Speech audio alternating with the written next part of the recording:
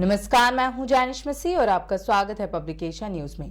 प्रधानमंत्री नरेंद्र मोदी ने दूसरे voice of global south summit के ओपनिंग सेशन को संबोधित करते हुए कहा कि हमने जनवरी में पहली बार वॉइस ऑफ ग्लोबल साउथ का आयोजन किया।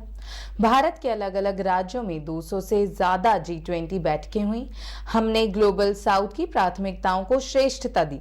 पीएम ने कहा कि परिणाम स्वरूप ग्लोबल साउथ के विषयों को नई दिल्ली लीडर्स डिक्लेरेशन में शामिल किया गया और हम सभी की सहमति अर्जित करने में कामयाब रहे। मैं उस ऐतिहासिक पल को नहीं भूल सकता जब भारत के प्रयासों से अफ्रीकी संघ को G20 की परमानेंट मेंबरशिप मिली थी। पीएम मोदी ने आगे कहा, हम सभी देख रहे हैं कि पश्चिम एशिया क्षेत्र की घटनाओं से कई चुनौतियां उभर रही हैं। पीएम ने इजराइल और हमास युद्ध का जिक्र करते हुए कहा कि भारत ने इजराइल में 7 अक्टूबर को हुए आतंकवादी हमले की कड़ी निंदा की है। हमने संयम भी बरता है। हमने बातचीत और कूटनीति पर जोर दिया है। हम इजराइल और हमास के बीच संघर्ष में नागरिकों की मौत की भी कड़ी निंदा करते हैं। हमने फलस्तीनी राष्ट्रपति महमूद अब्बास से बात करने के बाद मानवीय सहायता भी भेजी है। यही वह समय है जब ग्लोबल साउथ के देशों को विस्तृत वैश्विक भलाई के लिए एकजुट होना चाहिए।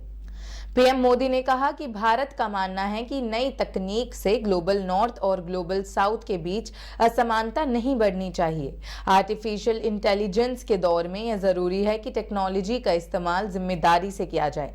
इसे और बढ़ावा देने के लिए अगले महीने Bharat artificial global partnership summit का आयोजन करेगा। ऐसे ही तमाम जानकारियों के लिए देखते रहें पब्लिकेशन न्यूज। धन्यवाद।